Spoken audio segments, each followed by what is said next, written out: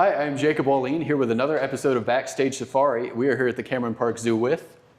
Hello, my name is Christopher Geertz. I'm the Animal Care Supervisor over the Bird and Small Mammal Department. And we are here to see Maverick, the new black-footed kitten. So this is Maverick? This is Maverick. So Maverick was born on April 7th. So we ended up having to pull him because his mother, Gaia, it was her first time ever having a litter, first time pregnancy. After she gave birth, we watched on camera for a couple hours and we just were not seeing a whole lot of maternal behaviors. She kind of had moved away from Maverick, wasn't really showing that she was gonna nurse or care for him. So then we decided it was time to go ahead and jump in and try to give him the best chance possible. So we pulled him, brought him up to the vet, gave him a quick little look over, and then from that day, probably until day 60, we were taking him home every single day, and it was round-the-clock care, formula feeds, all that. Wow. So he's just a couple months old? Yeah, so he's just over 11 weeks old now. At birth, he weighed probably, I think it was 63 grams. So what I tell people is it's kind of the size of this little stuffed animal right here. He was actually maybe a teeny bit smaller than this when he was born. Now he's just about 2 pounds. Full grown, they're actually the smallest cat species in Africa. So full grown, they're really around 4 to 5 pounds. Okay. So he's always gonna remain a small cat. He's just gonna get a little bit bigger than he is now. Okay. And how quickly do they grow typically? You know, most cats are kind of around the same. So kind of the same timeline as like your smaller house cats, your bobcats, stuff like that. So he'll probably be kind of that adult weight by like his first year of life. Parents would probably, well, mom would kick him out of the den site probably around the like 8-month mark in the wild. Okay. And say, hey, we're a solitary species, go do your own thing. So probably around that is when they would be self-sufficient. Okay. So they're very solitary animals. They don't really stay together as a family unit very much. Correct. Yeah. Really the only like solitary or family grouping cat is your lions that have the pride. But okay. Pretty much every other species of cat, whether big or small cat, tends to be a solitary animal except for when it's like breeding time. Okay.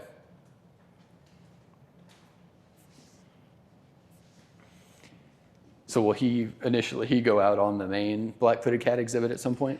Yes, at some point he will move up to our black-footed cat night house. He will not be housed with any other cats there unless it is, of course, we get one in for a breeding recommendation. So he'll just be housed individually. We'll probably consider doing that maybe starting in like August. Right now, our black-footed cat night house is a little full.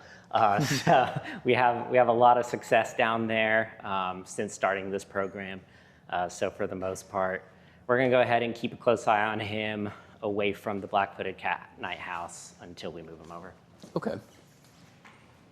And we've seen some of the adult black-footed cats before. So is he the 4th now?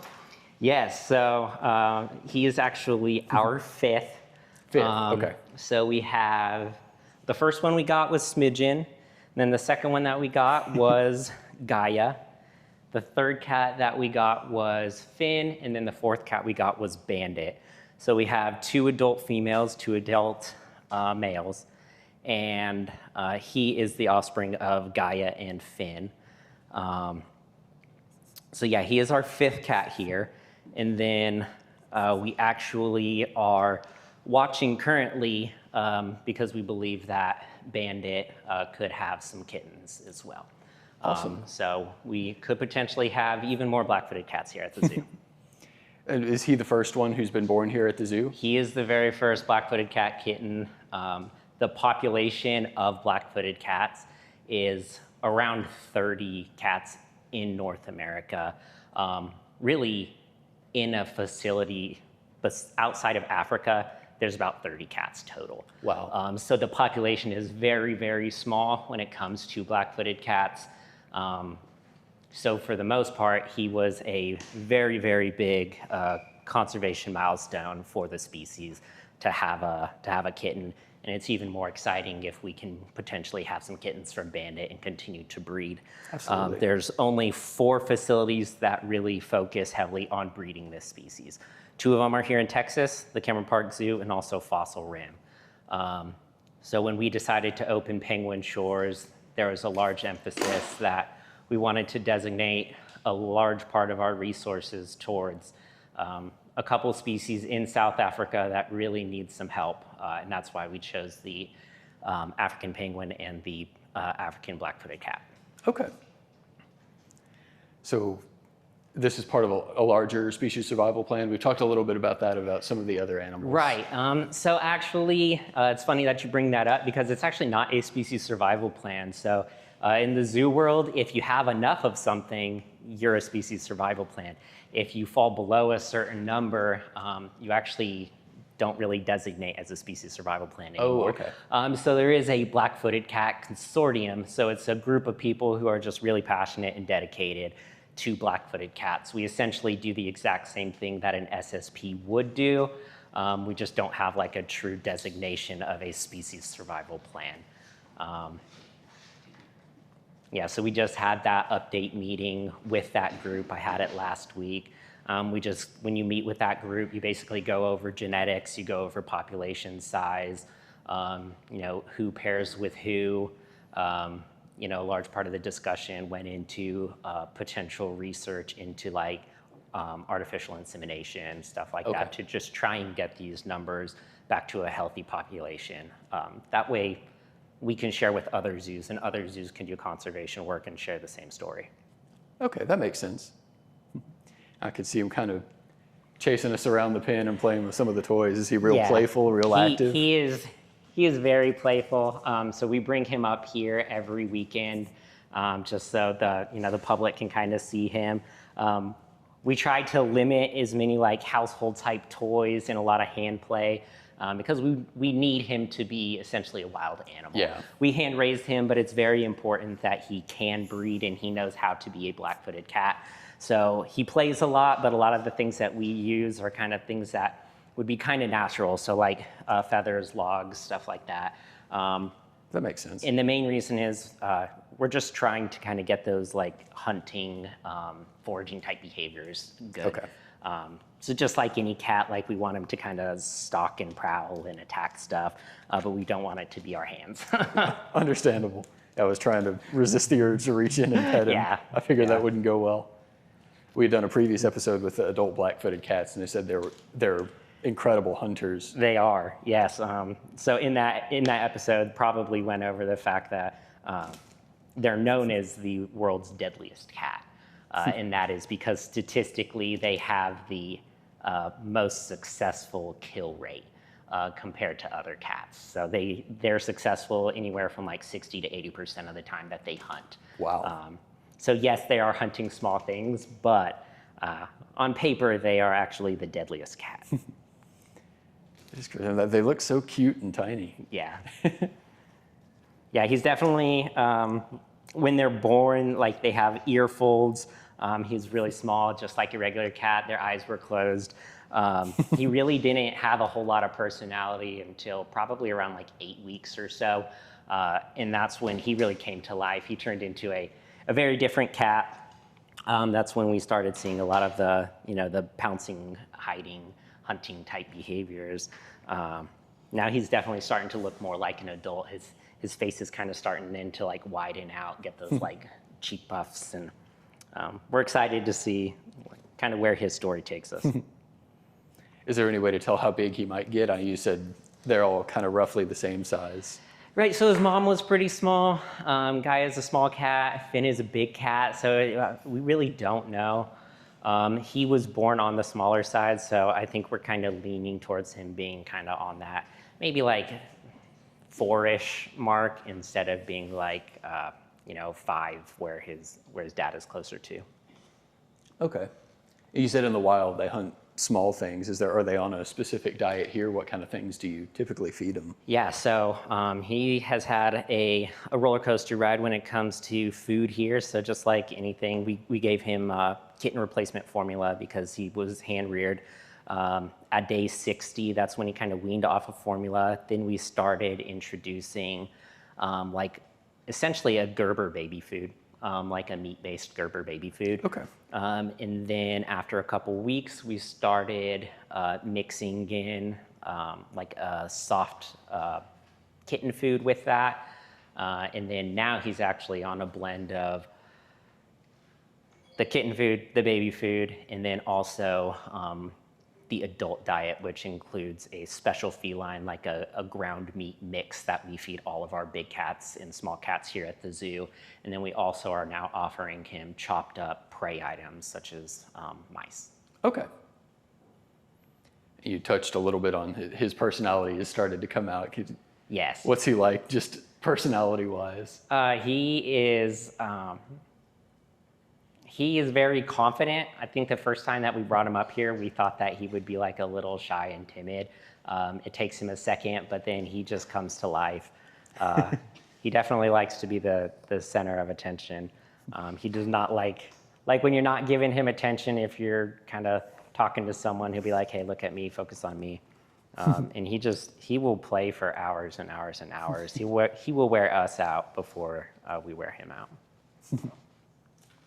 Although his play is mostly hunting. Yes. Absolutely. Yes.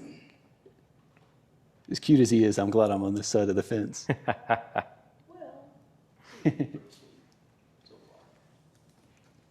far. I saw he was scratching on the rug a little bit earlier. Did they have a lot of, or not a lot maybe, but some of the same kind of behaviors as house cats would? Right, so where we're at now, this is just kind of where we bring him to exercise him, to get him to see the public. This isn't actually where he is housed full time. He's actually housed in an offsite holding location. In there, we have a lot of branches, barks, stuff like that, where he can go through all those typical cat stuff. He will make noises, he will purr, he will scratch on posts to sharpen his claws. Pretty much all of those typical cat things he will do. He's having a great time. Yes. Yeah, it's a really unique species and a really cool story that we get to be a part of. Kind of trying to get this population back to where people all around the country have the opportunity to learn about a black-footed cat, because right now there's so few of them, most people don't even know where they're from or what they are. Absolutely. So as the program expands and hopefully y'all have more of the kittens, are there plans to possibly involve other zoos and kind of trade them back and forth? Will there be any plans to have them back in the wild? Yes, so I think the ultimate goal is for those 4 breeding centers, 4 breeding facilities to be successful enough to where we can start including other facilities in the mix.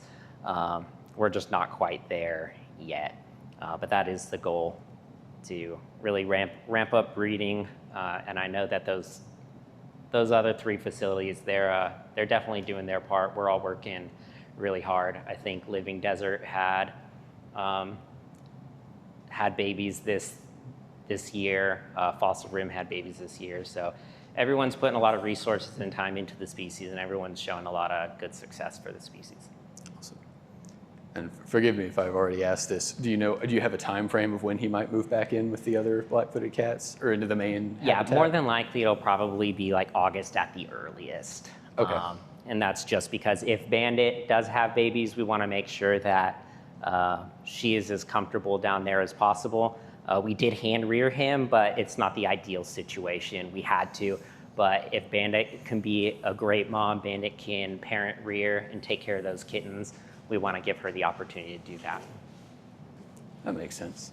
And Bandit's had, this would be her 5th litter of kittens. So she is a very, very proud mama. She knows exactly what she's supposed to do. So there's no doubt that she's going to take care of any kittens that she has. Okay.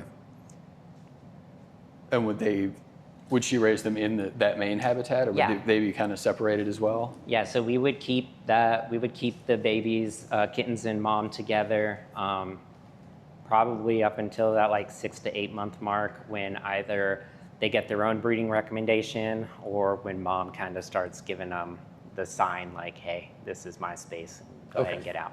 So, and Bandit is in our family den. So anybody that comes to the zoo, it is the indoor viewing glass portion of the black-footed cat night house. So that is where they would be able to see the kittens and mom in the future. Okay. So depending on when people come, he might be a little bit bigger than this, Right. but not too much. Right. You're so nice. I'm a huge Top Gun fan, so Yeah, I was that's going to where I ask got where his, the name that's where he came got from. his name from. And I started Right. I looked up the movie poster and I was just like, man, I'm seeing Tom Cruise, I'm seeing a fighter jet, I'm seeing it right here. and he flies Tomcats. And if we have more babies, we got a goose, we got an Iceman, we got all kinds of, we just keep going with it. Well, we got some other ideas too. We got the new food also in there too.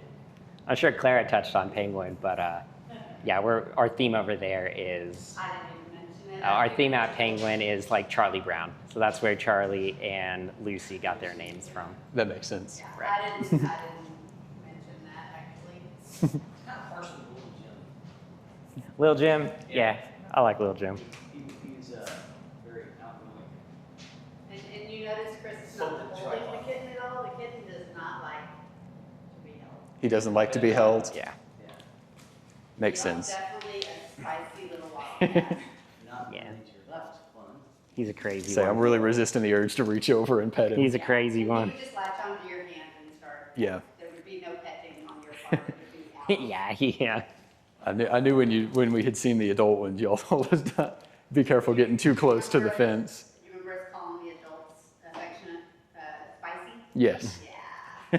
He's getting that spiciness already. Yeah. He's definitely a character. Well, thank you very much for talking to us. Thank you for letting us meet him. He's Yeah, thank you. very cute and very interesting for sure. He is a handful.